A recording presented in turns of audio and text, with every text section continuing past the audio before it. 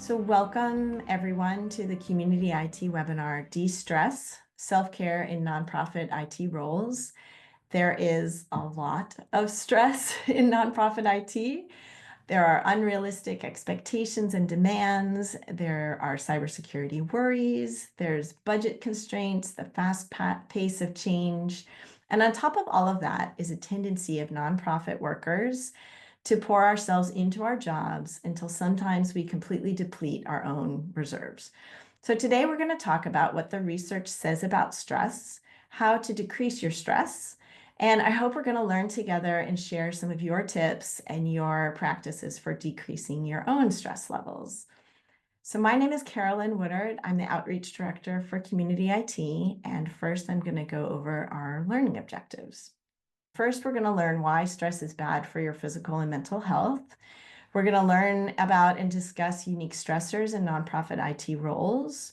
We're going to explore tips and techniques to reduce your stress, learn how to build self-care into your routine, and share best practices on de-stressing. So before we start, we're going to do a quick reset exercise, which I like to do in meetings sometimes. So first, I want you to take a few deep breaths, and we're going to reconnect with our senses. So pick one thing that you can see and really look at it. This could be something outside your window. It could be something on your desk. It could be a photograph that you have, people that you love. Really take a look at it and try to really see it. If you're doing a real mindfulness exercise, you might do something like this for 5 or 10 minutes. We're just going to do it fairly quickly, and we're going to go through all of our senses. So now that you've looked at something, I want you to close your eyes and think about what sounds you can hear.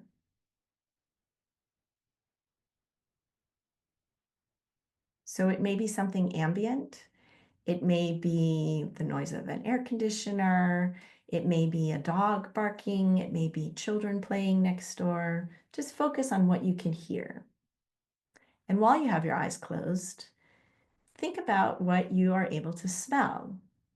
So it may be very neutral in the room where you are, which is something a lot of us strive for.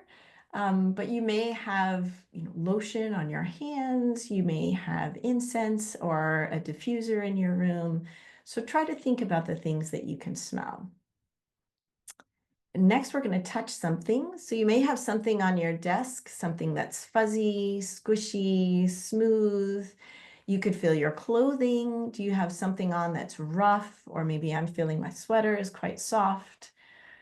So that's another way you can reconnect with your senses. And the last one is your sense of taste. So taste is very easily evoked by memory, taste and smell. So when you need a reset, you might think about something that you love the taste of, or like the way coffee smells in the morning, and then you have your first sip of coffee and it tastes delicious, or a holiday meal that is very important to you and what that tastes like. You can also do this with an actual snack. So if you need a reset break, you can have a snack, but just really focus on how it smells and tastes and savor it. So don't just eat it while you're doing something else. Be a person for a moment who all you're doing is eating. So those are some ways that you can reconnect with your senses. So I'm going to introduce myself. My name is Carolyn. I'm often very stressed. When I told my son I was doing this webinar, he just laughed and said, "But Mom, what do you know about this? You are very stressed all the time." So I'm not leading this webinar because I'm particularly good at it, but I have spent a lot of time thinking about it and looking up different techniques and practices. And I have learned that it is so important to us in our lives. So I hope that this is going to be helpful for all of you. And before we begin, I'm going to tell you our familiar spiel about Community IT, a little bit about us. We are a 100% employee-owned managed services provider, so we provide outsourced IT support. We work exclusively with nonprofit organizations, and our mission is to help nonprofits accomplish your missions through the effective use of technology. We are big fans of what well-managed IT can do for your nonprofit, and we serve nonprofits across the US. We've been doing this for 20 years, and we are technology experts. So we are consistently given an MSP 501 recognition for being a top MSP. which is an honor we received again in 2024. And I interview all of the staff for our Voices series, which you can find on our website, which is www.communityit.com. And I can tell you that everyone I've talked to from all different walks of life and different backgrounds, one of the things that we really have in common is how much we love working with nonprofits. We all kind of get caught up in the good things that our clients are doing and how we can make that better through well-managed technology. So I think a lot of us here also feel that nonprofit IT stress that we're going to talk about today. So I am hoping to have interaction in this presentation because, as I say, none of us is as smart as all of us. So I know that people in the audience, you all have lots of good practices and suggestions. So keep an eye on the chat, and I'll be asking you at various points to weigh in on something that works for you. So what does stress do to your body and mental health? If you're interested in the exact science of our response to stressors, there are lots of sites out there where you can learn about it. And I'll share two from Harvard and Cleveland Clinic in the chat. But in a nutshell, millennia ago, our ancestors who had evolved a quick autonomic response to danger were more likely to survive. And now we all have this automatic response. The difficulty is that the chemicals and changes that are released to help us fight or face danger in the short term are themselves dangerous to our bodily systems in the long term. So like our heart, our blood vessels, digestion, our immune system, our brains. So ideally, once released and the danger is over, those chemicals should go away and we would return to our normal settings. But when our body never gets back to normal and the chemicals stay elevated, over time they cause havoc with our bodies, and that's where burnout lies. So you may have seen these terms, the fight or flight response, and recently two have been added. So there's also freeze response, which is where your body just collapses and you shut down. And there's also fawn, which is where you try to appease your way out of the danger that you sense. And that is, you may have heard about people who are a people pleaser, who are always saying yes, always trying to do the thing that everybody else wants. That would be an example of fawning. And of course, I couldn't do a webinar about stress without including this meme about the little dog in the fire who is saying everything is fine. So what does stress do to your mental health? So these are just some of the symptoms you may show when you are under stress. Luckily, paying attention to our mental health is losing some of the stigma that was once attached to not being able to cope. And we have a lot of research into the ways we can improve our mental health and our ability to be resilient to challenges that cause us stress. So a lot of colleges, for example, have programs where you can play with a puppy during exam week, that sort of thing. So some of these symptoms that you may feel when your mental health is responding to a stressful situation or elevated stress over time might be worrying, indecision, having negative thinking or foggy thinking, making hasty decisions or having impaired judgment, making bad decisions. You might have substance abuse, a lack of appetite. You may become more accident prone, experience restlessness, loneliness, difficulty sleeping. You might have a loss of confidence, apprehension, anxiety, indifference. Things just don't mean anything. They don't matter to you. Depression, irritability. And of course, anyone who's taken Psych 101 can tell you that as soon as you see a list of symptoms, you're like, oh my God, I have all of those. I'm diagnosing myself with this thing. The key to understanding your own stress is thinking about, does this stress feel manageable? Or is it changing my life and my behavior in ways that don't feel healthy to me? Am I avoiding things? Am I abusing substances? Am I able to sleep? Do I have some of these symptoms a little bit some of the time? Or do I have a lot of them all of the time? So those are the things that you need to think about when you're thinking about your mental health and stress. And here I'm giving you the link that is to the website that talks about the changes to your mental health that you can see here. And now we're going to go to a poll. So in this webinar, we're focusing on people doing the IT work at nonprofits. So I'm going to do a quick poll to see where your stresses are coming from. Having a lack of clear leadership support. This is a big one that a lot of people talk about. Having staff expectations and complaints, right? When you're in an IT management role, you get it from both sides. Like your leadership wants you to do some things, and the staff that have to use the IT want either different things or are complaining about how things are working. You could have budget constraints. Every nonprofit has budget constraints. Another option could be, I don't have the skills to do my job. Like we used to call this the accidental techie 20 years ago when I was starting in this, but it is still the case that there are lots of people in nonprofit IT roles that don't have a computer science background, don't have an IT background, but they're in this role and they're expected to be able to manage all the IT. Cybersecurity worries, right? Those are never far out of our minds. And then if you have something else, please go ahead and put it in the chat, something that's particularly worrying you. Of course, you can also put down that something is not applicable.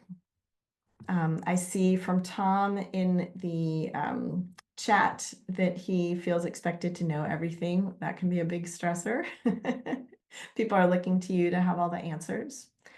All right, so you can see that a lot of these are bothering a lot of us. So lack of clear leadership support, almost 50% said that. Staff expectations and complaints, almost 70%. Budget constraints, a little bit over 50%. I don't have the skills to do my job, about 25%. That's good. That's good that people are feeling that they either came in with the skills, maybe you have a way to get those skills to do your job. Cybersecurity worries, 60%. I'm surprised that's not 100% because it's always out there. And putting something in the chat, go ahead and put in the chat if you want to. And I am going to stop sharing. And I thank you all for filling out that poll. And I think a big thing about this is just we're all in this together. Like you're not alone in feeling stressed out in your IT job. A lot of people are feeling it. In fact, I'm not sure I know anyone who feels completely unstressed in their nonprofit IT job.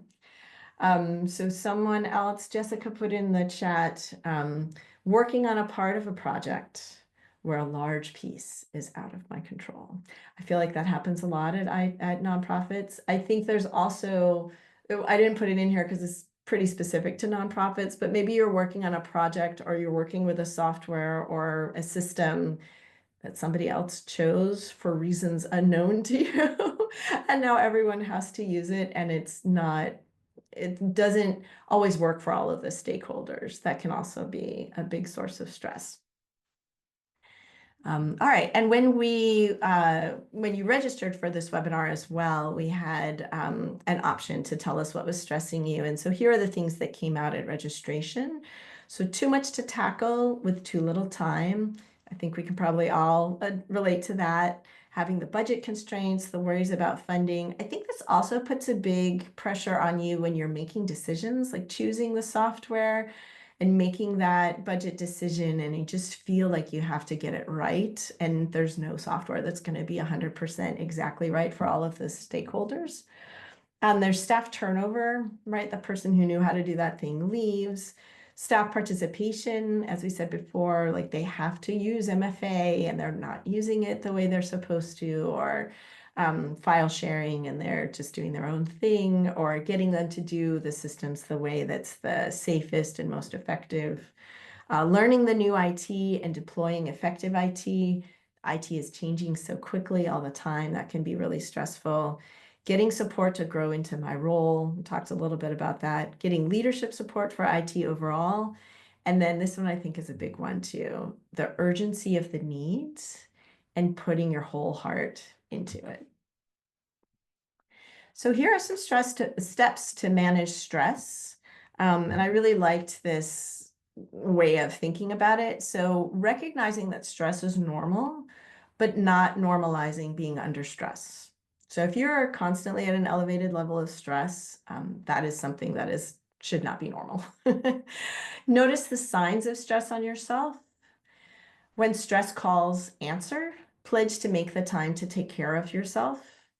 And find a way to de-stress that works for you. Create a de-stress toolbox. So this is going to be different for different people, but having, I don't know, you can keep it in a notebook, make a note, somewhere writing down or having like an actual toolbox that you can look at when you're like, oh, this today is just not working for me, and just look at some of the suggestions that you have for things that you know make you feel better, re-energized, and like more able to tackle the things that you're tackling. So mental stress, mental health. I really loved this little illustration. It's from a illustrator named Color Me Happy on Instagram. It was shared by Viola Davis. So how to take care of yourself. And just good check-in questions to ask yourself. What can you do to make yourself smile today? Am I thirsty? When did I last eat something? Am I sleepy? Am I well rested? Are you having recurring thoughts? How am I feeling?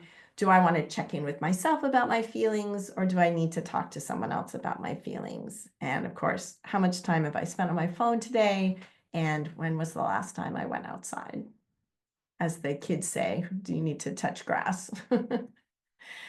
Here is some information on your physical health, and the ways that you can use exercise to make your mood better. And I'm going to share that link with you as well. If you've been feeling down lately, exercising really can change your mood. So it reduces feelings of depression and stress, can enhance your mood overall, your sense of your well-being. It can increase your energy level. And of course, exercising can help with your sleep. And if you're not rested, it's really hard to tackle the things that are going on in your life. And then here's another quick illustration about the health benefits of reducing stress. I mean, I think all of us want to reduce our stress, but there's real research into why it's important to your body and your outlook to be able to reset and reduce your stress. So as I said, it can give you better sleep, which makes you better able to tackle your problems, can lower your blood pressure, can improve your digestion, reduce your muscle tension, and boost your immune system. And I don't know about you, but I know a lot of people, and I myself, when I'm under a lot of stress, that's when I catch a cold. So it really does have this interplay with how our bodies are working. All right, so here's a share question. And this is something that you can think about and put in chat if you feel comfortable sharing it with us. So what works for you to de-stress? Do you have self-care secrets that you feel okay sharing with us in the chat? And then I put 2 thought questions in here as well, which are not, I don't need you to share them with me, but maybe something to reflect on after this webinar and going forward. So what do you plan to change to help you better practice self-care? And what can your colleagues do to support you and each other in seeking better balance and a healthier work environment? So those are things you can think about going forward. If you have something that helps you de-stress, go ahead and put it in the chat, and we're going to talk about that in a couple of slides. All right, so here is a quick list. These are all things that work for me, and also that are, out there as ways to counter stress. So as we talked about, exercise and getting outdoors. You may have seen stories about writing a prescription for forest bathing or just getting outside. It really does alter your mood. And in our modern lives, it's possible to not get outside very much. So sometimes we have to make that extra effort. And I see Beatrice has put in the chat, getting out in nature can be as easy as going outside and really looking at the leaves on a tree in a park. So that is something that is right at the top of our list. Next, there's also nourishment. So getting good food, listening to your body, what your body needs, and having good routines. Both of those are really good to help combat stress or reset yourself. And remember from the earlier slide, we're talking about when those chemicals are elevated all the time, that's when your body starts to break down. So daily having some practice where you de-elevate those chemicals and set yourself back to normal, do a reset, a regrounding. That's one of the things that really can help your body handle your stress. Mindfulness is another thing, reconnecting to your 5 senses daily. It does not have to be meditation or practices like yoga, but it can be. Meditation and mindfulness work for some people. They don't work for other people. So trying to find something that works for you is really important. Hobbies that can absorb you and require focus and attention. This also can re-ground you. Um, Play. I just read a great article about play therapy and how as children we play a lot, and as adults we kind of lose that habit, or maybe we play a board game with our family, but we don't have like real active play like skipping rope or doing, like playing tag or running around. And so there's even a movement at retreats to do like physical games and playing because it, again, just resets your mood and your stress level. Seeking out new experiences. So this can be going away for a weekend, but it could be just locally going to a different restaurant, someplace you haven't been before. Exploring creativity, music, and dance. Alexandra put in music, playing and listening to it, writing and journaling, driving around country roads, spending time with yourself and other people that you love. Honestly, just William says, just going for a drive with the windows down often can be enough. So something like that that breaks your routine and takes you out of kind of your automatic on autopilot responses is something really good to do. Alexandra says going outside is one of my favorite things to do when the weather is right. You can learn a new language. So again, something that's engaging you, engaging your brain, and that you're not able to do on autopilot is one of the threads running through a lot of these different techniques. Practicing gratitude, positivity, and making good connections.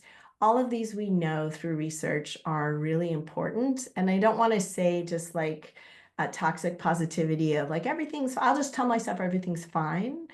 But being able to do that reset, one of the things you can do is instead of saying I have to, you can change that into a more positive, like I get to. So for me, it could be I have to drive my daughter to her violin lesson. I could say instead, I get to spend this time with my daughter, taking her to and from her violin lesson. And when she, years from now, she's going to remember this time that we had together in the car. And she talks about different things, or we listen to music that she likes together. So just changing, doing that little reset can really help. Focusing on what you control in your life. This is a really big one. So often we are stressed about something that one of the examples earlier, I have part of the project, but a big part of the project is not in my control. So being able to focus on practices that remind you and change the things that are within your control to change actually help you deal with the things that are out of your control to change more resiliently. And the last thing is deep relaxation. So being able to fully relax is just incredibly helpful and good for your body. And when you are not able to relax fully, you're having trouble sleeping, you're kind of always on, that is something that is going to make it harder for you to respond to stresses and difficulties in your life later. So I have I'm going to go on to our next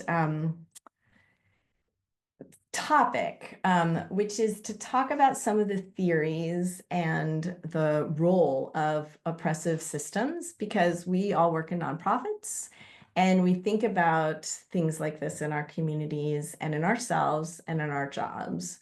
So I recently, when I was doing the research for this webinar, I listened to this podcast, which is one of my favorites. It's the Code Switch podcast. And this really got me thinking about the larger picture reasons why we feel so stressed out and why self-care can feel just like another job. And I'm going to put this link in the chat here for you, and it will be in the transcript as well.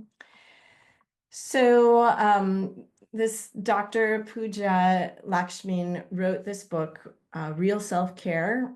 The subtitle is Crystals, Cleanses, and Bubble Baths Are Not Included. And she talks about, in fact, faux self-care, which is part of the wellness business and is really just a way to promote more consumption. And this quotation from her interview really resonated with me, especially working in nonprofits where we pour ourselves and our lives into our work. And she said, you really can't meditate your way out of a 40-hour work week with no childcare, without health insurance, without access to actual, real systemic support that is going to take care of the fact that our world is pretty much constantly on fire. And that just really spoke to me. And I hope it speaks to you as well, that a lot of our nonprofits where we work deal with these larger problems, like a lack of access to, paid leave, paid childcare, health insurance, things that would make us less stressed. And I love the way that she talks about faux self-care.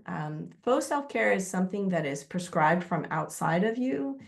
It's describing some sort of activity or product that you need to pay to do or to use.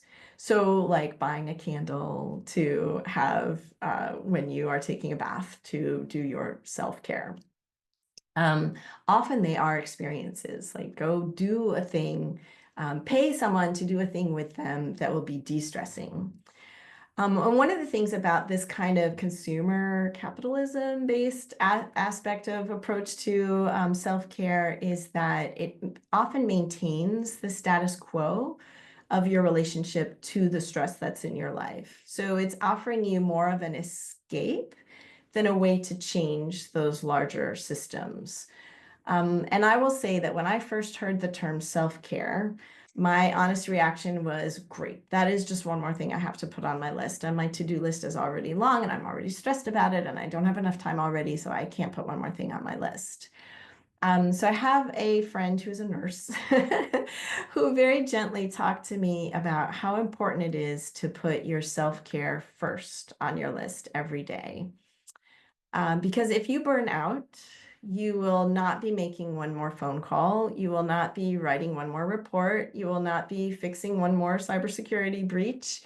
You won't be doing anything because you will be taking sick leave, if you have it, to get your body and your mental health back under control, which is the opposite of why you're driving yourself so hard in the first place. So looked at in this light, caring for yourself first allows you to care for your immediate community, your wider community, including your workplace and the community that your nonprofit is working in, and of course, the widest expanse, right? Our universal community that we care about and want to be healthy and moving forward, making progress. So Dr. Lakshman gives this counsel in her book on these 4 principles to real self-care.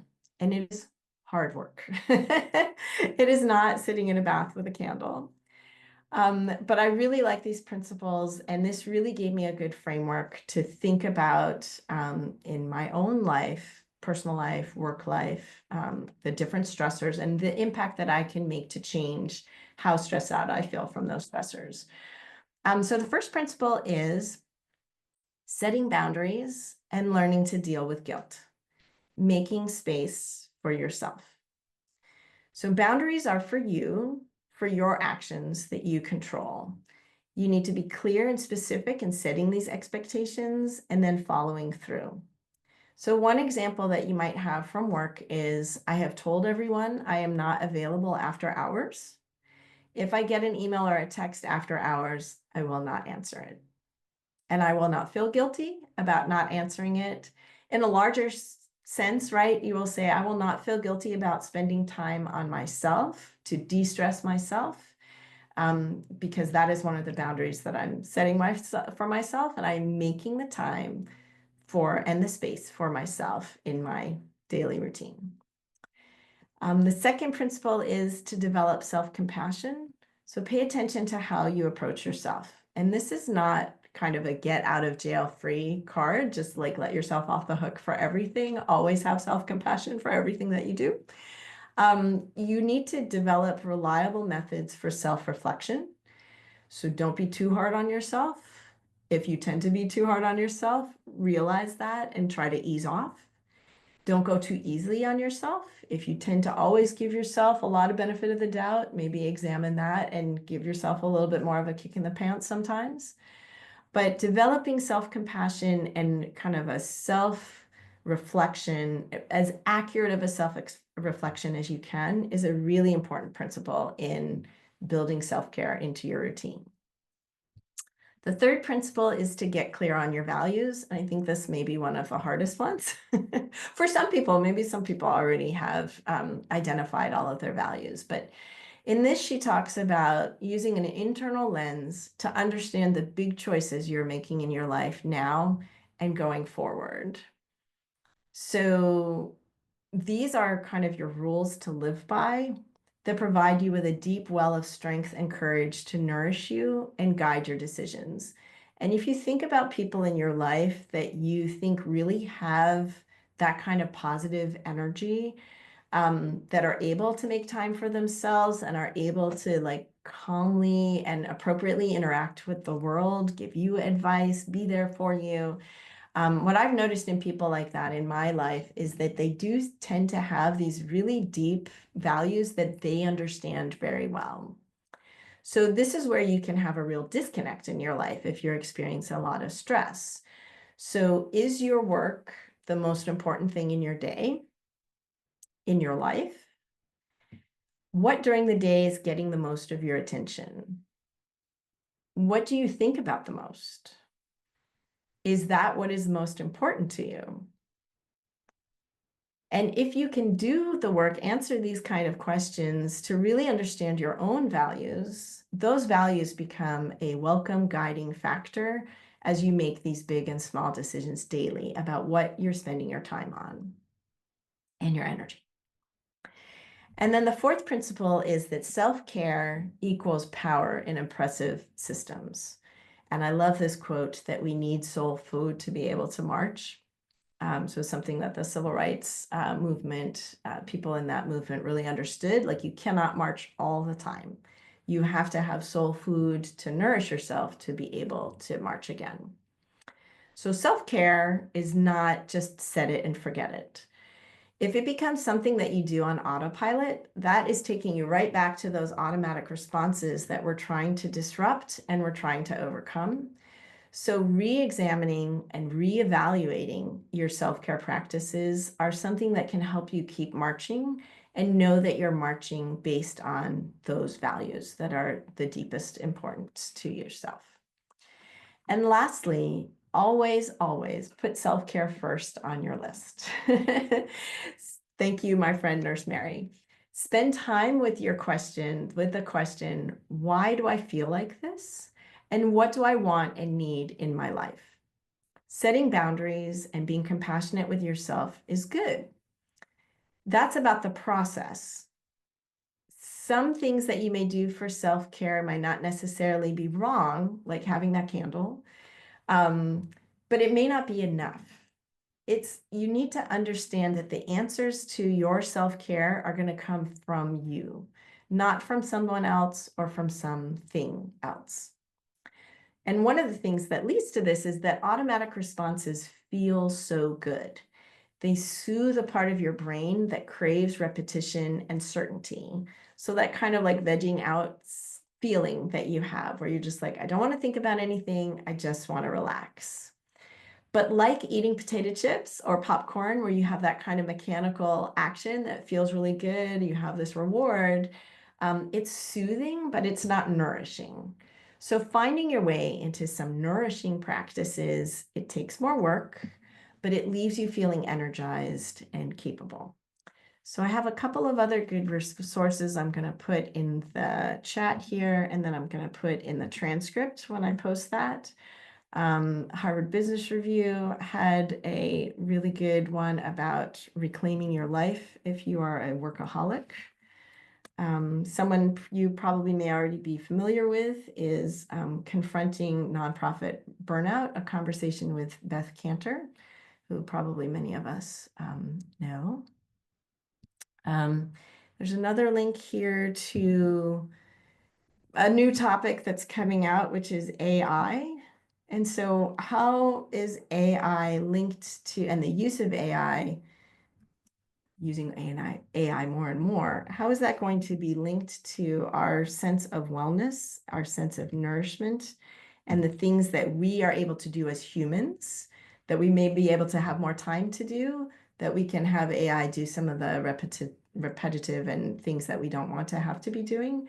But of course, there's a lot of ways that AI is going to impose on our ability to be ourselves, to be creative beings. And so really thinking about those things. I also have found, probably many of you are also familiar with the NPR Life Kit series, which they did not have anything specific for de-stressing, but they have a lot of just different life kits on different things that can help you with sleeping, help you with finding time in your life to exercise, making new habits. Those types of things are found in that resource. And I really loved this. This also is something that my friend Mary sent to me, which is that if you don't schedule a break, your body will take one for you. And it probably won't be at a convenient time. So paying attention to this before it becomes a 5 alarm fire in your middle of it saying this is fine. It's hard because you have to move it from something that you should do into something that you are doing. These are some of the things that came up at registration when I asked what was the best de-stressing advice you have received or would like to give. And I just found these were just so helpful. Like I said, none of us is as smart as all of us. So some of the things that were said were to, for example, to focus on your sphere of control, that burnout is real. We know burnout is real.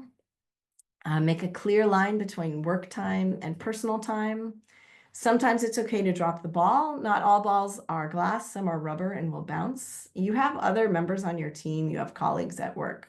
If there's something that you're not the only one who can do that thing, think about passing it off or getting help with it. Someone else can take up part of it. Finding your community and connect with real people, not just screens. It's ironic today doing this over Zoom. Give it time and don't do drastic decisions when you are tired or upset. That's a good one. Sometimes you just need to step away and pray. The people who were putting in the chat earlier, go for a drive, go for a walk, get outside, take some deep breaths, reconnect with your senses. All these disruptors get you out of that automatic, kind of on autopilot attitude. Make sure there's a proper ratio of employers to IT staff. That's a good one. Some of us are like, I'm the only one in my department and I have to do it all. So those are conversations, again, talking about like the bigger picture, the system that you are in that is stressful. Maybe that's a conversation you need to have with your team, your direct report, your executive team. How is IT being managed at your nonprofit? And is it strategic? Is it sustainable? Is it manageable? So all of those questions might be something like this time of year is a good time to do your strategic planning and kind of check in, do an assessment, even if it's just a check-in with stakeholders and your colleagues about how IT is working at your nonprofit. Listen to your mind and your body. Don't take on too much at one time. And a little salty one, so allocate the things that you care about. You can't care about everything all the time, so do your budget and allocate appropriately what you have time to spend time on, mental energy on. I'd love to hear things that you have in your daily life and practice that help you. Or if you just want to sit with a lot of what we talked about today. For me, it was very, like I said, listening to this podcast, and I've started listening to the book, The Real Self-Care, which is narrated by the author. It was really, it was kind of a bigger revelation to me to think about stress in the terms of bigger systems that are keeping us in a more stressful state, and the ways that our own work to get out of constantly feeling stressed and constantly maybe consuming things to help us feel less stressed, doing a little bit of that step back and reset and finding things that work for us can be a revolutionary action, a small one, but it's a way to not let the system control the way that you are feeling about your work and your time that you're spending on the things that are important to you. Well, one of the things that's important is giving people back some time. Oh, I see Jessica has weighed in on chat. So Jessica says, spending time with friends helps a lot. Doing something fun together or even just getting to exchange job complaints. Yes, I think that is definitely, I often will vent to my husband because he has nothing to do with anything at my job. And I'll just tell him at the start, like, I'm just venting. I don't want you to make any suggestions or try to figure out the problem. I just want you to listen to me talk about this crazy thing that happened. That, like I feel like I just need to get off my chest.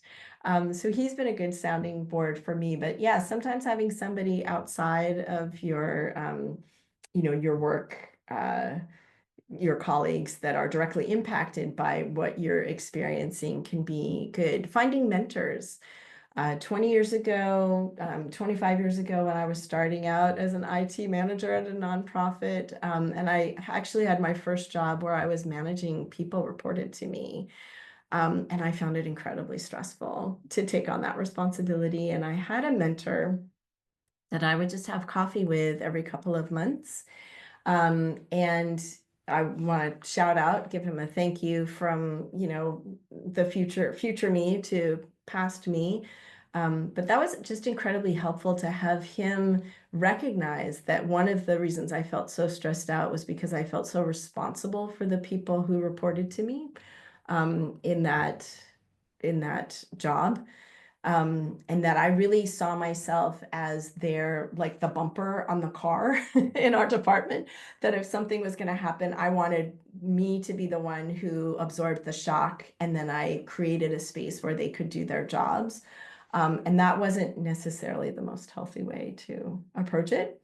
So it was very helpful to have someone mentor me through that kind of responsibility. So finding those mentors that you can talk to, also very important.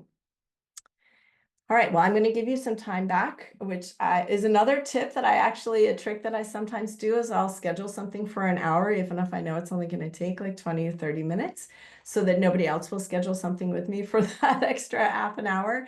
And then it's like bonus time, like free time that you got back. And I try also not to do something like, oh, I'll just catch up on this other thing that I had to do that's weighing on me.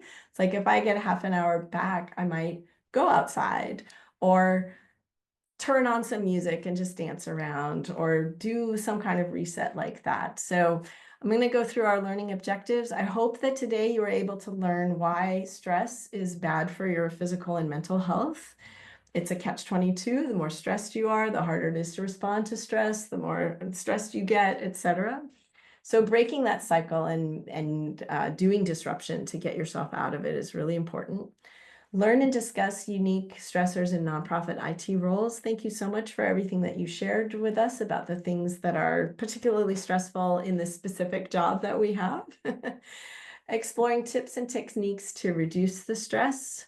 Learning to build self-care into your routine, maybe as a revolutionary practice, and to share best practices on de-stressing. So I really appreciate everyone who shared something in chat or shared something with us at the registration. So I want to invite you back in January. We always take a break in December for our webinar series. So we will not be back until January 22nd, for our traditional nonprofit tech roundtable. We have 3 of our experts who will be talking about tech trends to keep an eye on and what they are seeing at our clients and in the community. Of course, they're going to be talking a lot about AI. So after a year or so of hearing about the transformative power of AI tools, we're starting to have some cases specific to nonprofit staff and productivity. So I feel like when AI started to be such a huge buzz, and when ChatGPT came out, there were a lot of there were a few nonprofit stories about nonprofits using AI to do something that was related to their mission. And really, I think a lot of the power of AI is going to be transforming our work lives. So we're starting to have some case studies of those types of productivity gains that you can have if you're using AI to do analysis or help you with drafting things. So we're going to have some stories in January, not just about AI for your mission, but how you can do your nonprofit job with AI tools. They're also going to talk about cybersecurity worries that are coming up. AI is also involved there, about Google Workspace and Microsoft, other tech topics. So you can ask them your questions at registration or live in the webinar and find out about the trends you're interested in. So I really encourage you to do that. Just go ahead and register and ask what you're interested in so they can talk about it then. That's going to be at 3 p.m. Eastern, noon Pacific on Wednesday, January 22nd in 2025. And I just want to thank everyone who joined us today. Your time is a gift. I would love to stay connected to you online and continue this conversation. I hope that you have a holiday season that is rejuvenating and that you connect with your friends and family that give you that space to reset. I hope that some of the practices we discussed today are helpful to you. And I just really appreciate you sharing what works for you and being with me today for this 50 minutes. I'm going to give you your 10 minutes back. So go do something. Don't just go on autopilot. Do something that will be rejuvenating and resetting for you. Thank you so much.